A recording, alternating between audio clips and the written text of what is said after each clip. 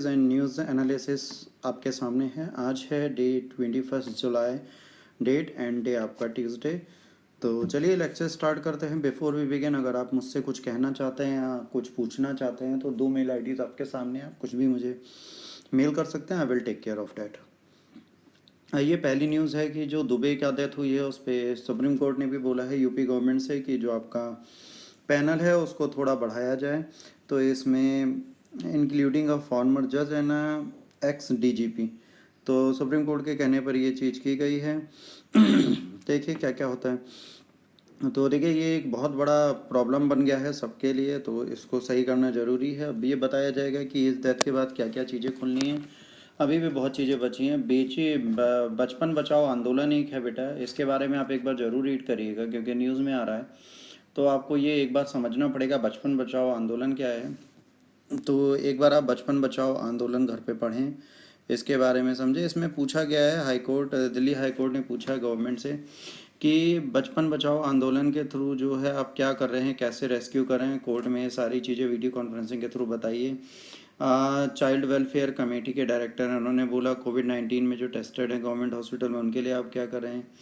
तो बेटी बचाओ आंदोलन जो है, बचपन बचाओ आंदोलन जो है, ये वीडियो कॉन्फ्रेंसिंग के थ्रू इसकी डिटेल ली गई हैं, तो देख लीजिएगा क्या आंदोलन है।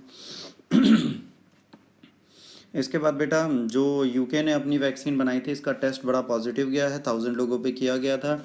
इसमें बहुत ज़्यादा पॉजिटिविटी मिली है। अर्ली टेस्ट बहुत अच्छा रिस्पांस दे रहा है, चीज़ें राइट डायरेक्शन में चल रही हैं, तो बहुत अच्छी पॉजिटिविटी यहाँ पे दिख रही है। इसके बाद बेटा न्यू पार्लियामेंट बिल्डिंग जो है वो आपकी तैयार हो जाएगी। CPWD जो है उसने बोला है कि ये बन जाएगी, इसमें कोई प्रॉब्लम नहीं है। अभी जो सीट्स हैं 545 बेस्ड हैं 1972 के सेंसस के अकॉर्डिंग, और 2026 तक इसकी सीटें फ्रीज़ रहेंगी, फिर ये बढ़ेंगी। बढ़ के उम्मीद है कि 876 मेंबर्स तक जाएंगी। ये बिल्डिंग जो पुरानी वाली है 1921 से 27 के बीच में बनी थी, तो बदला जाएगा। Case of fertility rate falls further, 7 lakh लोग डिस्चार्ज हुए हैं। उसके बाद जो डेथ रेट है वो हमारे यहाँ कम होता जा रहा है, तो हमें कोई लॉस नहीं है इसमें, चीज़ें हमारी पॉजिटिव चल रही हैं। हॉस्पिटल डिपार्टमेंट भी सही काम कर रहा है। डेथ रेट 2.46 है, तो ऐसा नहीं कि हमारे यहाँ कोविड-19 से लोग ज़्यादा मर रहे हैं। वॉरशिप याद है जब भी साउथ चाइना सी वाला इशू था तो यहाँ पर आया हुआ था, तो वो अभी जाने से पहले इंडियन ओशन रीजन में कुछ नेवल एक्सरसाइज इंडियन आर्मी के साथ करेगा। इससे पहले भी हम ऐसे एक्सरसाइजेस जापान नेवी और फ्रेंच नेवी के साथ कर चुके हैं। ये बताता है हम क्या कर रहे हैं। देखिए चाइना भी ऐसी चीज़ें कर चुका है, और इवन वो चाइना जो है अपनी ओवरसीज़ मिलिट्री बेस डिजीबूती में बना चुका है, हॉर्न ऑफ अफ्रीका में। यूके ने एक्सट्रेडिशन ट्रीटी हांगकांग के साथ कैंसिल कर दी है। देखिए इससे पहले ये काम करने वाली और भी कंट्रीज़ थी, तो इन्होंने भी अपनी ये चीज़ें कर दी हैं। रीज़न सिंपल है, और क्योंकि ये बहुत प्रॉब्लम वाली बात है कि इन्होंने हांगकांग में बहुत सारी चीज़ें चाइना ने चेंज कर दी है। अब इसको बदलने की ज़रूरत थी, तो इसे बदला जा रहा है ताकि चीज़ें राइट डायरेक्शन में और पॉजिटिव हो पाएँ। हुवाई जो है बेटा उसके साथ भी जो बिट थी वो भी इन्होंने कंट्रोल की, कम की, तो चीज़ें अब थोड़ी चाइना के लिए पॉजिटिव नहीं है। अरब का एक मिशन है आर्मी का रोवर, वो जा चुका है, तो वो होप है वो जा रहा है। ये जापान से टेक ऑफ किया है। अभी तक सक्सेसफुल यूनाइटेड स्टेट्स, इंडिया और सोवियत रशियन और यूरोपियन स्पेस एजेंसी वहाँ पहुँची हैं।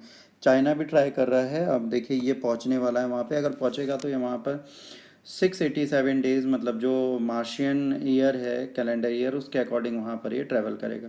उम्मीद है ये फरवरी में पहुँच जाएगा। नियरेस्ट मार्स का ऑर्बिट जो फरवरी में होगा उस टाइम पे। आइए हिंदू एडिटोरियल एनालिसिस पे चलते हैं। देखिए more than a crisis a chance to rebuild health care. देखिए फिर से कोविड-19 पर है, यहाँ पर बहुत सारी चीज़ें हैं। यहाँ पे कई चीज़ें बताई गई हैं। पहला तो बताया गया किस तरह हमारा हेल्थ केयर सिस्टम फेल है, किस तरह गवर्नमेंट फेल हुई, किस तरह कम्युनिटी ट्रांसमिशन में हमारे एडमिनिस्ट्रेटिव रोल हमारा किस तरह फेल हुआ।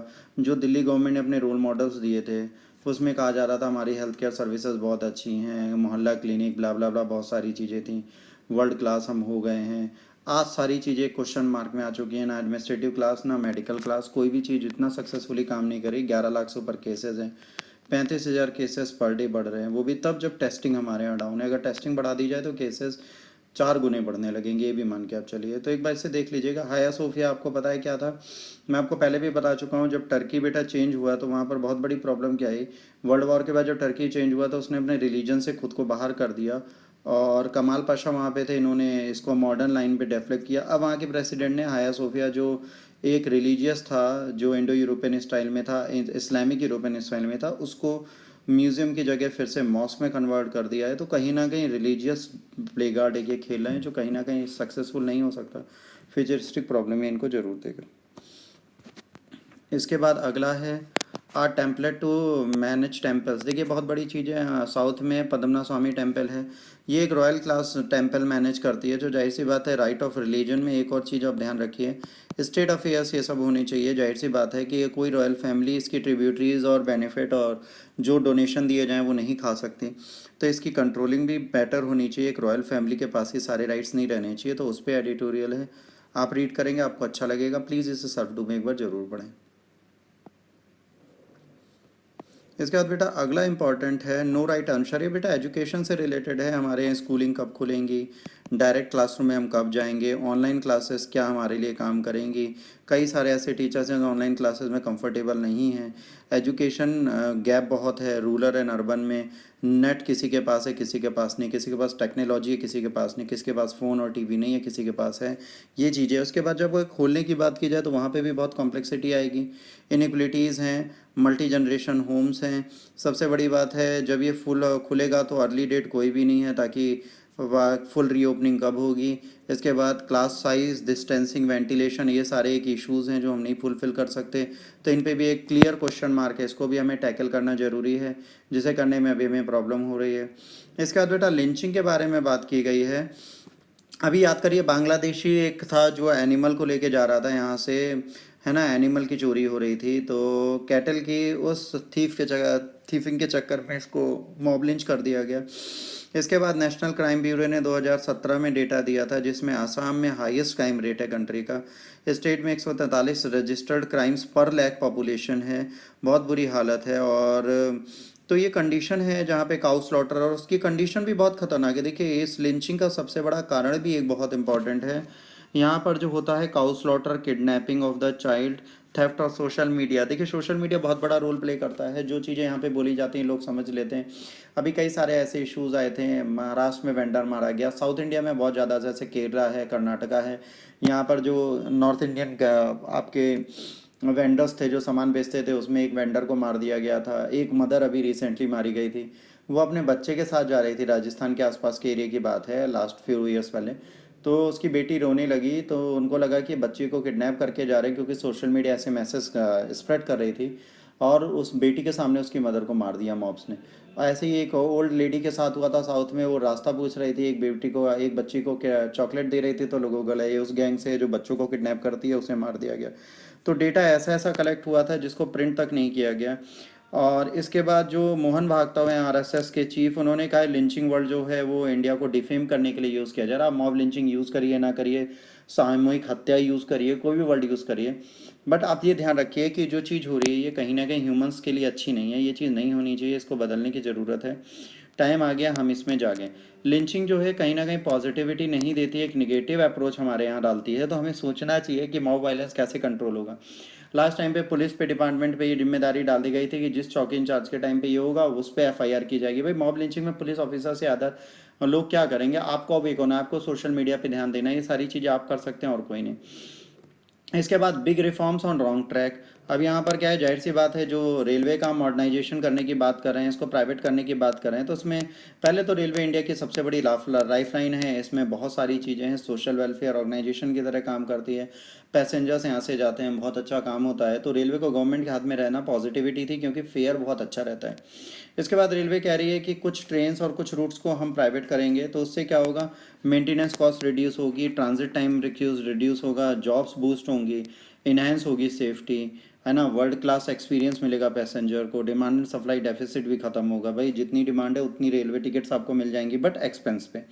अब जापान वगैरह ये काम कर चुकी है, यूनाइटेड किंगडम जापान में प्राइवेट किया है, पर पूरी तरह पार्शली नहीं किया। हमारी कंट्री में क्या है, हम पार्शली करने जा रहे हैं, फिक्स फेयर कोई हम वहाँ पे फिक्स नहीं कर रहे, सबसे बड़ी प्रॉब्लम है। इसके बाद जो कोचेज़ हैं उनमें भी कंसेशन होगा। 10 मेजर स्टेशन है जहाँ पे ट्रेन डेस्टिनेशन को ऑपरेट करेगी। प्रोजेक्ट की टोटल कॉस्ट 30,000 करोड़ के आसपास आएगी। इन्वेस्टमेंट होगा जो स्टेशन वेरीज करेंगे 2300 CR से 3500 CR तक। अब 151 ट्रेनों में 151 ट्रेनें 109 रूट में जो प्राइवेट की जाएंगी, बट सबसे बड़ी प्रॉब्लम है इनका ट्रैक, इनकी सिक्योरिटी, सिग्नलिंग स्टेशन, इनका सारा मेंटेनेंस रेलवे के पास रहेगा। तो रिस्पॉन्सिबिलिटी ज़्यादा है, ट्रेन ऑपरेशन की प्रॉब्लम्स भी होंगी, वो चीज़ें कोई नहीं समझ रहा है। इसकी रिस्पॉन्सिबिलिटी हमें देखनी चाहिए कि हमारे पास ऐसा स्टाफ नहीं है। अब सबसे बड़ी प्रॉब्लम आप समझिए, हमारे रेलवे ट्रैक की कंडीशन ये है कि उनको अगर आपको दोबारा मॉडर्नाइज करना है तो प्रॉब्लम है 160 की स्पीड पे चलने में हमें रिस्क लगता है। आप इससे ऊपर जा नहीं सकते। रेलवे मेंटेनेंस कॉस्ट बहुत ज़्यादा है, इसको हमें समझना चाहिए।